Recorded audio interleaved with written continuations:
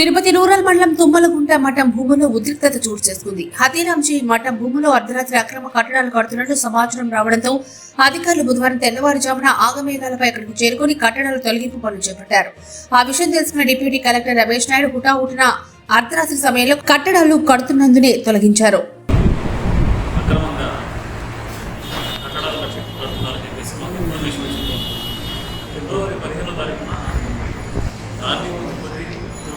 తహసీల్దారు మా మండల సిబ్బంది తుమ్మలగుంటలో మఠం భూమిని సందర్శించి అక్కడ జరుగుతున్న అక్రమ కట్టడాలని ఒక 5 కూర్చోవడం జరిగింది.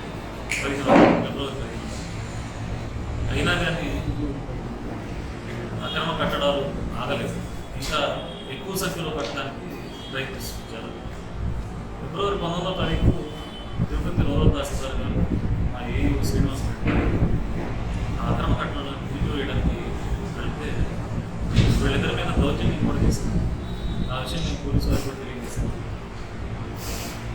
చాలా మ్యాసివ్గా చాలా ఎక్కువ సంఖ్యలో అక్రమంగా జరుగుతున్న కట్టడాలు నిలువరించాలని చెప్పేసి ఎస్పీ గారికి లెటర్ రాసి పోలీస్ ప్రొటెక్షన్ అవ్వడం. ఈ విషయం మీద తిరుపతి ఆర్డీఓ గారి దగ్గర కూడా ఒక కోఆర్డినేషన్ మీటింగ్ కూడా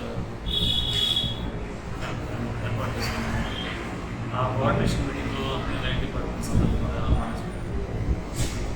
ఇలాగా మేమంతా చర్చించుకొని 6వ తారీఖు ఈ అక్రమ కట్టడాలు తీసేద్దామని చెప్పేసి నిర్ణయాన్ని తీసుకున్నాం. ఈరోజు 6వ తారీఖు ఉదయం 4 గంటల ప్రాంతంలో సుమారుగా ఒక 40 అక్రమ కట్టడాన్ని కూర్చోవేయడం జరిగింది. వీటికి ఎటువంటి పర్మిషన్ లేదు. ల్యాండ్ అయితే మాది, అసలు స్థలంలో గురి నిర్మించుకోవాలన్నా అసలు panchayat permission, local authority permission కావాలి. ఎటువంటి పర్మిషన్లు లేవు.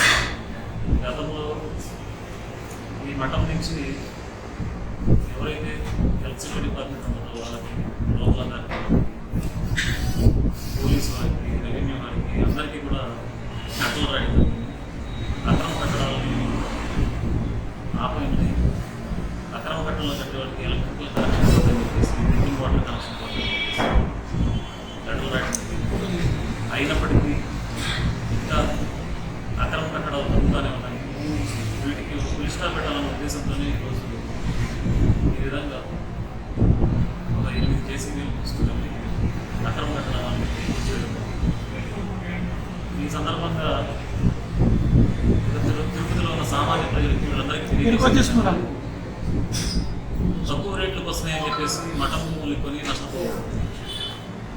మీరు కష్టపడి సంపాదించిన డబ్బుతో మఠం భూములు కొని మళ్ళీ దానిలో కన్స్ట్రక్షన్ కోసం మళ్ళీ ఖర్చు పెట్టి మేము వచ్చి పూర్తి చేస్తే మీ శ్రమ వృధా అవుతుంది.